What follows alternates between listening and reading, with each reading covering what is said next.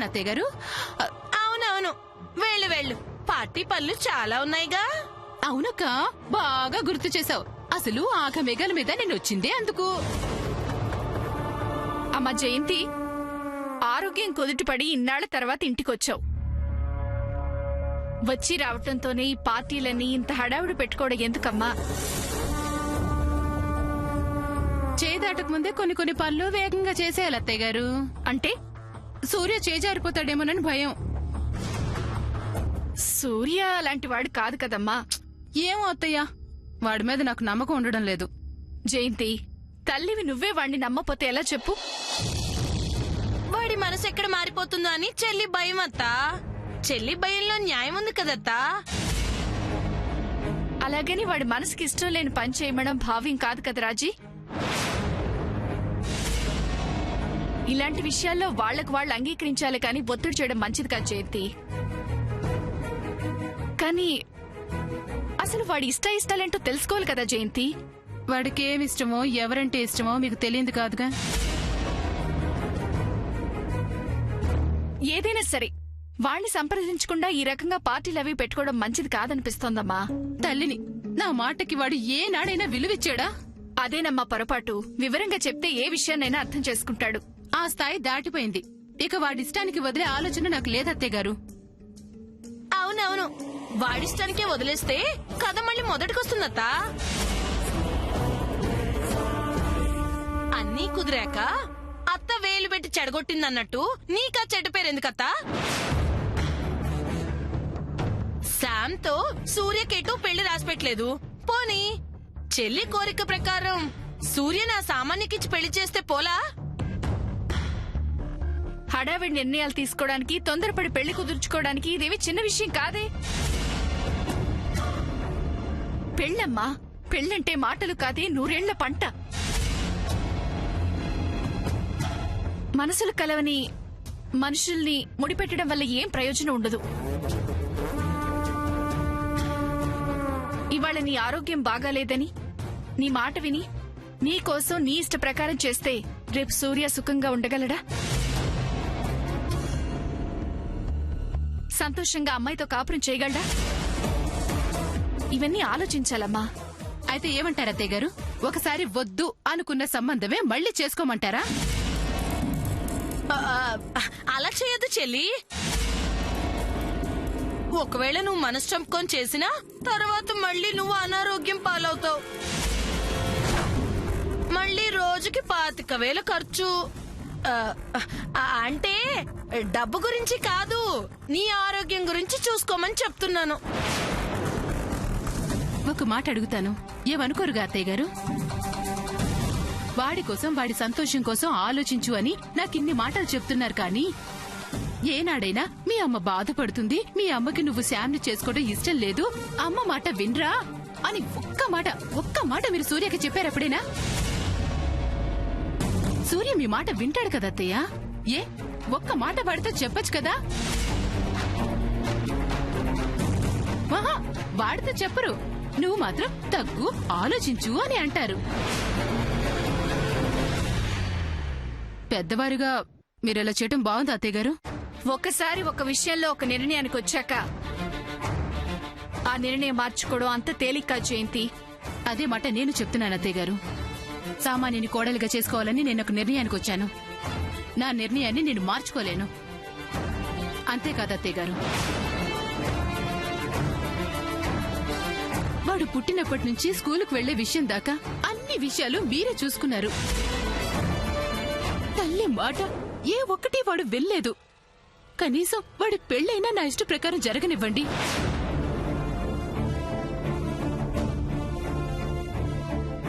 తను అన్నది నిజమే కదత్తా. కాబట్టి ఈ ఒక్క విషయంలోనూ నేనెవ్వరి మాట విందల్చుకోలేదు అత్తయ్య గారు. నన్ను క్షమించండి.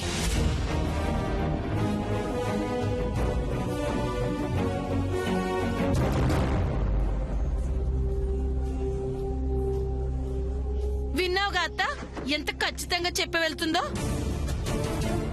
చెప్పిన మాట వినడానికి, నీకివ్వాల్సిన గౌరవం ఇవ్వడానికి తనేమన్నా నాలాగా మేనరికంతో వచ్చిందా? లేదుగా. ఎందుకు పుట్టావే వక్రమా అని అడిగితే సక్రమైన వాళ్ళని వెక్రించడానికి అందట. ఈ వయసులో మీ మాట కాదనిపించుకోవడం ఎందుకత్తా? ఎవరితో రాసి పెట్టుంటే వాళ్ళతోనే జరుగుతుందని వదిలేయటం మంచిది. కాఫీ కప్ ఇవ్వత్తా? ఇవ్వు.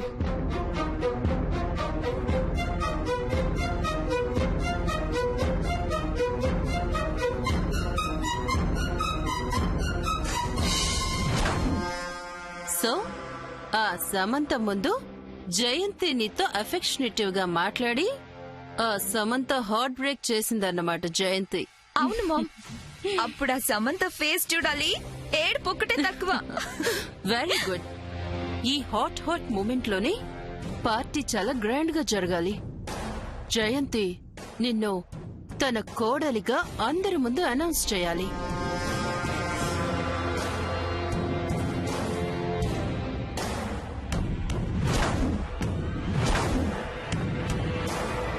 Mom, I want to tell you something about laptop. Actually, I'm... baby, first of all నువ్వు కాన్సన్ట్రేట్ చేయాల్సింది ఆ జయంతిని. ఆ జయంతి నీకు చాలా ఫేవర్ గా ఉంది. సో తనతో నువ్వు క్లోజ్ గా మూవ్ అవటం చాలా ముఖ్యం. Not only that, first of all నువ్వు ఆ లిల్లీని అవాయిడ్ చేయాలి. కానీ మామ్, నువ్వు నాకేం చెప్పకు, నేను చెప్పింది మాత్రం విను. ప్రస్తుతం ఆ లిల్లీ మనకు అవసరం లేదు. తన వల్ల నువ్వు మళ్ళీ ఏదైనా ప్రాబ్లంలో ఇరుక్కుంటే లేనిపోని ప్రాబ్లం క్రియేట్ అవుతుంది. సో నువ్విప్పుడు సూర్యకి దగ్గర కావాలి. జయంతి పార్టీలో నిన్ను తన కోడలుగా అనౌన్స్ చేస్తుంది కాబట్టి జయంతి మీద కాన్సన్ట్రేట్ చేయి. ఇట్స్ ఓకే మామ్, బట్ నేను చెప్పేది కాస్త... నో బేబీ, పార్టీకి టైం అవుతుంది. ఇంక నువ్వేం మాట్లాడకు. Just do whatever I say and think about whatever going to wear in the party. Okay?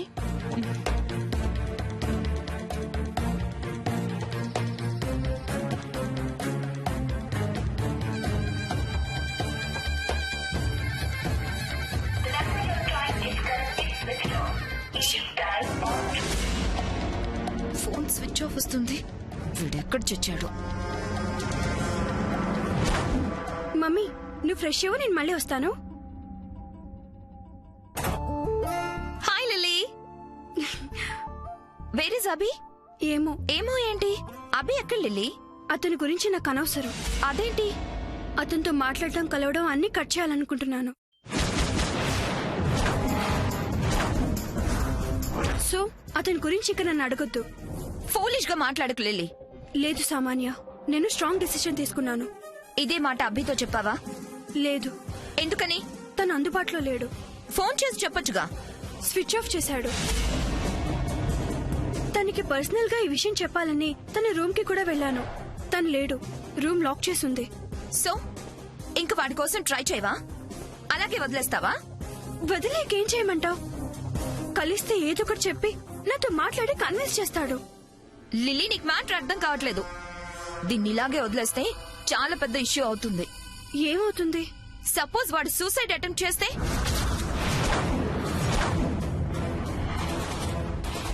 ఏంటి నువ్వనేది? అవును, వాడు గనక సూసైడ్ అటెంప్ట్ చేస్తే నిన్ను జైల్లో పెడతారు తెలుసా?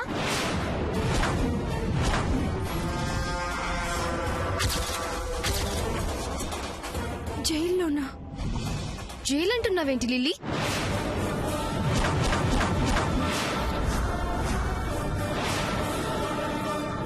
నిన్నే లిల్లీ, జైలేంటి?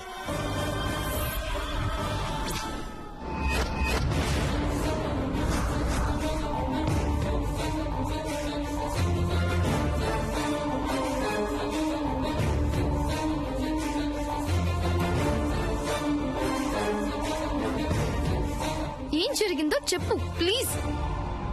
ఏముంది, నువ్వొకసారి జైలుకి వెళ్ళావు కదా,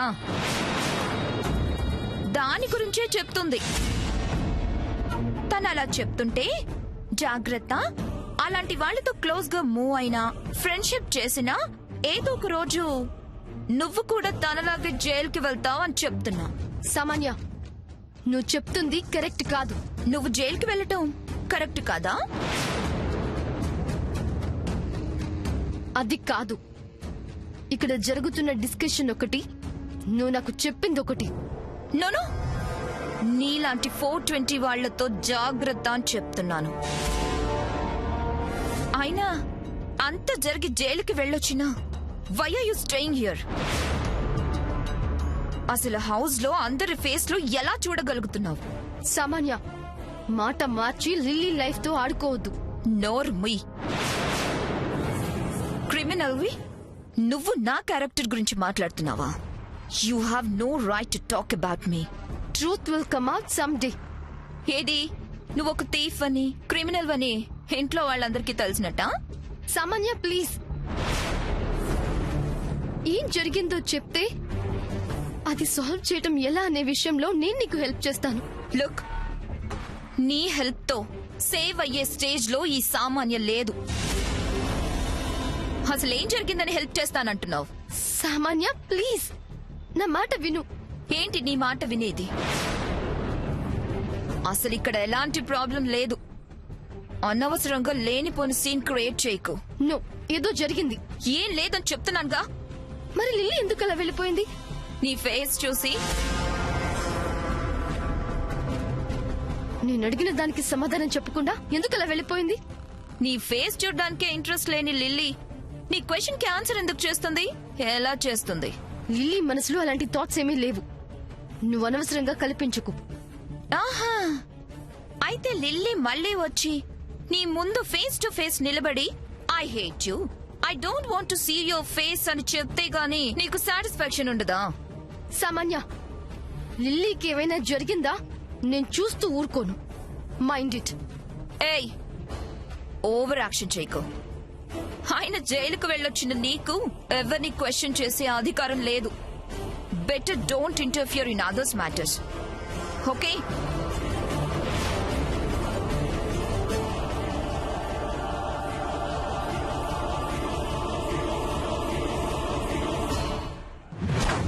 అమ్మ సామాన్య, షాపింగ్ లో నీకేం కావాలో, నీకు ఏది బాగా నచ్చిందో అది తీసుకో. ఇదిగో, రాజీ పడకు, డబ్బు ఎంత ఖర్చైనా పర్లేదు. అలాగే. చెల్లి, ఎటో బయలుదేరినట్టున్నారు? అబ్బా, అడిగావా? ఇంత బాగా ముస్తాబై వెళ్తున్నారు కదా, అందుకే అడిగా. పార్టీలో అందరి ముందు నా కొడలు సామాన్య దగదగా మెరిసిపోతూ కనిపించాలి కదక్కా, అందుకే తనకి చీరలు కొందామని వెళ్తున్నాం. చాలా వెళ్తే వెళ్ళావు గాని వెళ్లే ముందు వంట పని చూసి వెళ్ళు. ఆ వంట పనా? ఏ అంత ఆశ్చర్యపోతున్నావెందుకు? ముందు ఆ పని చేసి నువ్వు ఎక్కడికన్నా వెళ్ళమ్మా, నాకేం అభ్యంతరం లేదు. సరిపోయింది. ఆ పనులన్నీ చూసుకుని బయలుదేరే సమయానికి పార్టీ టైం అయిపోతుంది కాబట్టి అక్క, ఆ పని ఏదో నువ్వే చూసుకో. బా, మనం బయలుదేరదాం పద. ఆగండి. ఏంటి చూసుకో అన్ని పనులని చెప్పి మెత్తగా జారుకుంటున్నావు? నేనేమైనా ఇంటి వంట మనిషిని అనుకున్నావా? నువ్వు ఊరంతా తిరిగొస్తే నేను ఇంట్లో ఉండి వంట పని చేసి పెట్టాలా? అదేం కుదరదు. ఏ, నువ్వు ఒక్క రోజుకి చేయలేవా? ఒక్కరోజేం కర్మమ్మా, నువ్వు మంచాన పడ్డప్పటి నుంచి నా బతుకు ఆ వంటగదికే అంకితం అయిపోయింది. ఇలా వచ్చావు, ఏదో విశ్రాంతి తీసుకుందాం కదా అనుకున్నా. నువ్వేమో జారుకుంటున్నావు. నాకు నచ్చలేదు, ఇదేం బాలేదు. అబ్బా అక్క, నువ్వు ఇంట్లోనే కదా ఉంటావు. ఏ, నేనెందుకు ఇంట్లో ఉండాలి? నేను కూడా వస్తాను, పదండి వెళ్దాం. నువ్వెందుకు? ఏ, నువ్వు సామాన్యకి చీరలు కొంటే నేను నా కూతురికి శామ్కి కొనొద్దా ఏంటి? ఇప్పుడు వాళ్ళకి కొత్త చీరలు ఎందుకు? అనవసరమైన ఖర్చులు. అవునా అమ్మా, రోజుకి 25,000 ఖర్చు పెట్టి లక్షలు లక్షలు ఖర్చు పెట్టిన నువ్వే ఇలా వచ్చావో లేదో అలా షాపింగులకి బయలుదేరావు. నేనెందుకు వెళ్ళకూడదు? ఎందుకిలా నా మీద పడి ఏడుస్తుంటావు? నేనెవరి మీద పడి ఆడట్లేదు, నేను వస్తానంతే. బాబా, ఇద్దరం బయటికి వెళ్తే ఇంట్లో వంట ఎవరు చేస్తారు? ఏమో, అదంతా నాకు అనవసరం. ఇన్నాళ్ళు నేను చేసే చాకరీ చాలు. ఇంకా ఆంటీ, ఫుడ్ బయట తిందాం, దీంట్లో ప్రాబ్లం ఏముంది? అవునమ్మా, తింటారు. ఎందుకు తినరు? అత్త సొమ్ము అల్లుడు దానం చేసినట్టు. ఇంకా పెళ్లే కాలేదు, అతి లేదు గతి లేదు, అప్పుడే బయట తినేద్దాం అంటున్నావా? బాబా అక్క, ఈ మాటలన్నీ ఎందుకు? ఈ ఒక్కసారికి నా మాట విను. నేను వినను. నేను షాపింగ్ కి వెళ్లాల్సిందే, వెళ్తాను అంతే. ముందుగటం. ఏంటి? ఏం లేదులే, ఏం లేదు. ఆంటీ ఇంకా రెచ్చగొడితే ఆ సంబంధాన్ని కూడా తీసుకొస్తుంది. So let's go. అది నిజమే. అది తప్పుతుందా? వెళ్ళి బ్యాగ్ తెచ్చుకోపో, వెళ్దాం. హా, తెచ్చుకుంటాలే. ఈ బిల్లు కూడా నేనే కట్టాలి ఇప్పుడు. మనం బయలుదేరదాం పదండి. ఇదిగో వచ్చేసాను. రా. పదవే.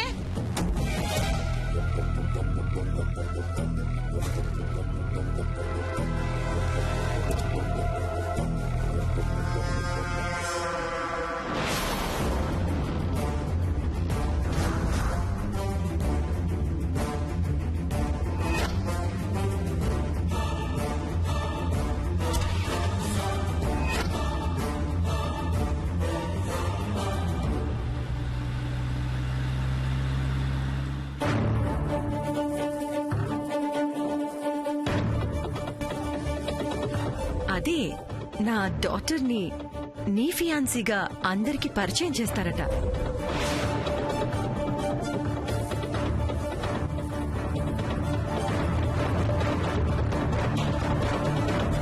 జైల్లోనా?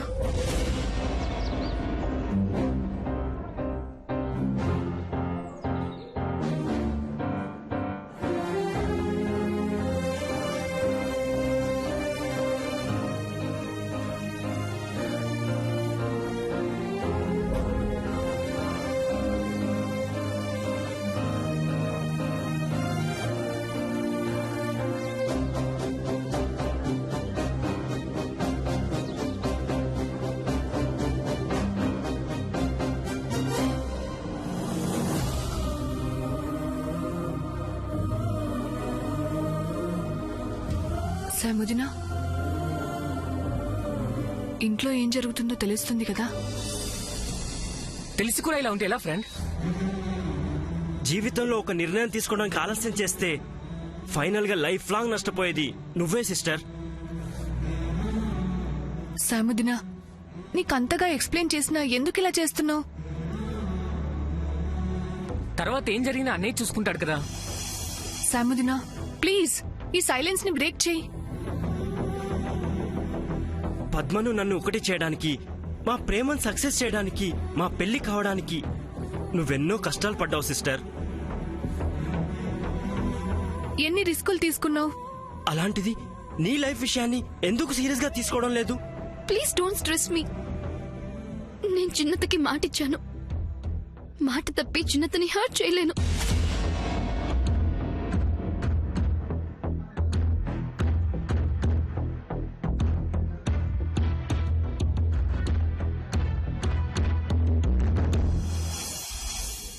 సూర్యని హర్ట్ చేయడం న్యాయమా?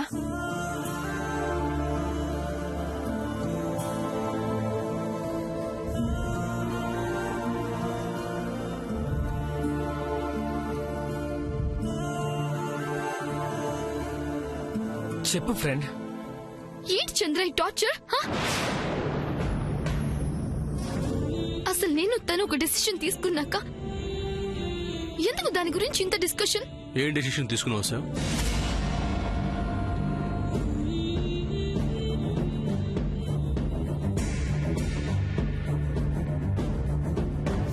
ఎందుకు దాని గురించి ఇంత డిస్కషన్? ఏం డెసిషన్ తీసుకున్నావు సార్?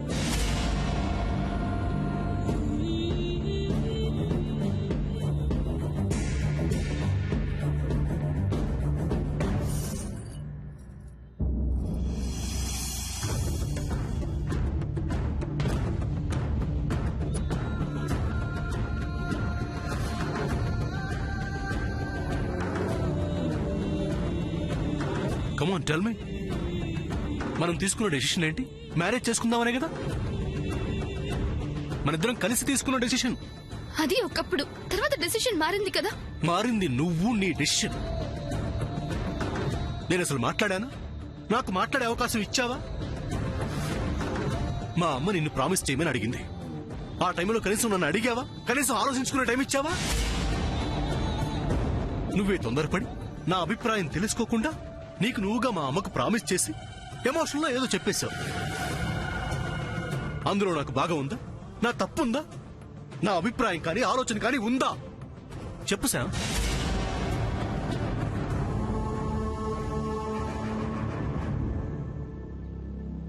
మనకు తెలియకుండా ఎమోషనల్ లో ఏదో ఒక మాట ఇస్తాం ఫ్రెండ్. దానికంత వాల్యూ ఇవ్వాల్సిన పనిలేదు సాముదినా. ఇవాళ ఈవినింగ్ చిన్నత్తయ్య గారు ఆ సామాన్యాన్ని అందరికీ నా కాబోయే కోడ్లను అనౌన్స్ చేస్తే మ్యాటర్ ఇంకా కాంప్లికేట్ అవుతుంది సిస్టర్. ఇదే మాట కదా మా అమ్మ ఇంటికి వస్తారని ఫోన్ చేసిన దగ్గర నుంచి అడుగుతున్నాను. అరే, అది అర్థం చేసుకోకుండా ఎందుకు ఇంత స్టబ్ ఆన్గా ఉంటున్నావు? తర్వాత ఆలోచిద్దాం, ఏం జరుగుతుందో చూద్దాం అనుకోవడానికి ఇది వేరే విషయం కాదు కదా, మన లైఫ్. బాగా ఆలోచించు.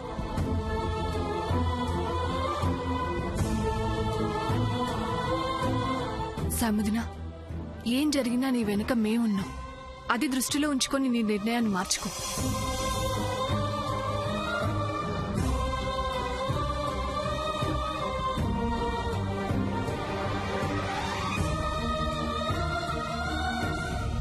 I can't live without you, sir.